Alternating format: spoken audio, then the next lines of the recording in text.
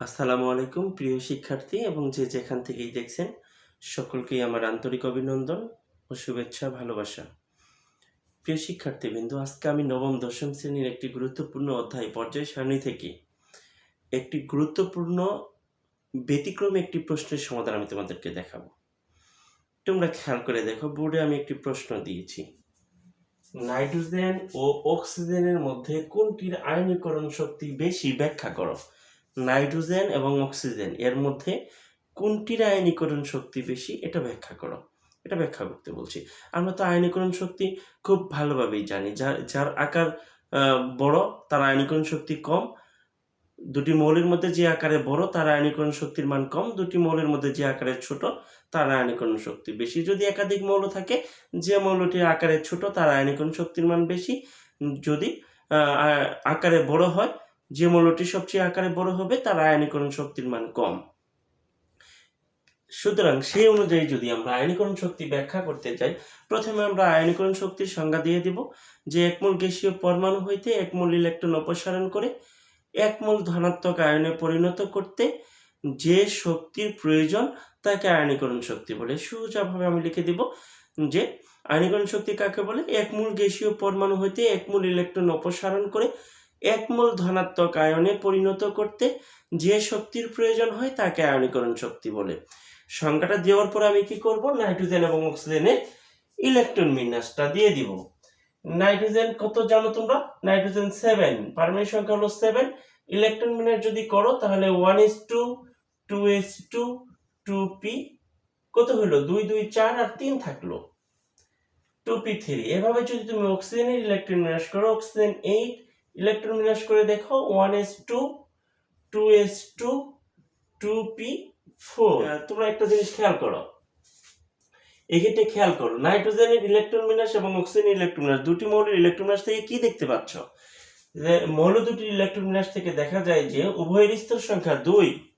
নাইট্রোজেনের দুটি স্তর আছে, অক্সিজেনেরও দুটি স্তর আছে, কিন্তু নাইট্রোজেনের শেষ শক্তি স্তরে 2 3 কত হচ্ছে 5টি ইলেকট্রন আছে, আর অক্সিজেনের শেষ শক্তি স্তরে 2 আর 4 এই 6টি ইলেকট্রন আছে। অক্সিজেনের শেষ শক্তি স্তরে ইলেকট্রন সংখ্যা বেশি হয়, নিউক্লিয়াসের সাথে শেষ কক্ষপথের আকর্ষণ বেশি, ব্যাসার্ধ কম, আকারে নাইট্রোজেনের তুলনায় ছোট। যেহেতু নাইট্রোজেনের শেষ কক্ষপথের তুলনায় অক্সিজেনের শেষ কক্ষপথের ইলেকট্রন সংখ্যা বেশি, তাই শেষ কক্ষপথের সাথে নিউক্লিয়াসের আকর্ষণ বেশি, ব্যাসার্ধ কম, আকারে ছোট।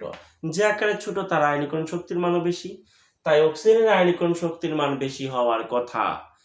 কিন্তু খেয়াল করো, এখানে একটু প্রবলেম আছে। সমস্যাটা কি? যে এর শেষ কক্ষপথে ইলেকট্রন সংখ্যা বেশি এর তুলনায়, তাহলে আকারে ছোট, তাহলে আয়নীকরণ শক্তির মান অক্সিজেনের নাইট্রোজেনের তুলনায় বেশি, এটা স্বাভাবিক। কিন্তু দেখা যায় যে নাইট্রোজেনের ইলেকট্রন বিন্যাসের শেষ শক্তি স্তরে পি অরবিটাল অর্ধপূর্ণ আছে। যখন কোনো অরবিটাল পূর্ণ বা অর্ধপূর্ণ থাকে, কোনো মৌলের শেষ অরবিটালটি পূর্ণ বা অর্ধপূর্ণ থাকে, তখন মৌলটি অধিকতর স্থিতিশীল হয়। এখন খেয়াল করো, নাইট্রোজেনের ইলেকট্রন বিন্যাস থেকে দেখা যায় যে পি অরবিটাল অর্ধপূর্ণ আছে, কারণ পি এর ধারণের মধ্যে 6, এর অর্ধেক হলো 3, অর্ধপূর্ণ আছে। আবার অক্সিজেনের শেষ কক্ষপথে পি অরবিটালটা খেয়াল করে দেখো পূর্ণ বা অর্ধপূর্ণ নেই। তাই এক মৌল দুটি থেকে এক মোল ইলেকট্রন অপসারণ করতে গেলে অক্সিজেনের তুলনায় নাইট্রোজেনেরই বেশি শক্তি লাগবে, তাই নাইট্রোজেনের আয়নীকরণ শক্তির মান বেশি। তাহলে আমরা কথাটা কিভাবে বলবো? এই প্রশ্নটার ক্ষেত্রে আমরা উত্তর কিভাবে দিব? প্রথমে আয়নীকরণ শক্তির সংজ্ঞা দিব যে এক মোল গ্যাসীয় পরমাণু হতে এক মোল ইলেকট্রন অপসারণ করে এক মোল ধনাত্মক আয়নে পরিণত করতে যে শক্তির প্রয়োজন হয় তাকে আয়নীকরণ শক্তি বলে। আর তারপরে মৌল দুটির ইলেকট্রন দিব, দেওয়ার পর বলবো মৌল দুটির ইলেকট্রন বিন্যাস থেকে দেখা যায় যে উভয়ের স্তর সংখ্যা 2 অর্থাৎ সমান। কিন্তু নাইট্রোজেনের ইলেকট্রন বিন্যাসের শেষ কক্ষপথে 5টি ইলেকট্রন আছে, অক্সিজেনের ইলেকট্রন বিন্যাসের শেষ কক্ষপথে 6টি ইলেকট্রন আছে। অক্সিজেনের শেষ কক্ষপথের ইলেকট্রন সংখ্যা নাইট্রোজেনের শেষ কক্ষপথের ইলেকট্রন সংখ্যার চেয়ে বেশি হওয়ায় নিউক্লিয়াসের সাথে অক্সিজেনের শেষ কক্ষপথের আকর্ষণ বেশি, ফলে ব্যাসার্ধ কম, তাই আকারে নাইট্রোজেনের তুলনায় অক্সিজেন ছোট।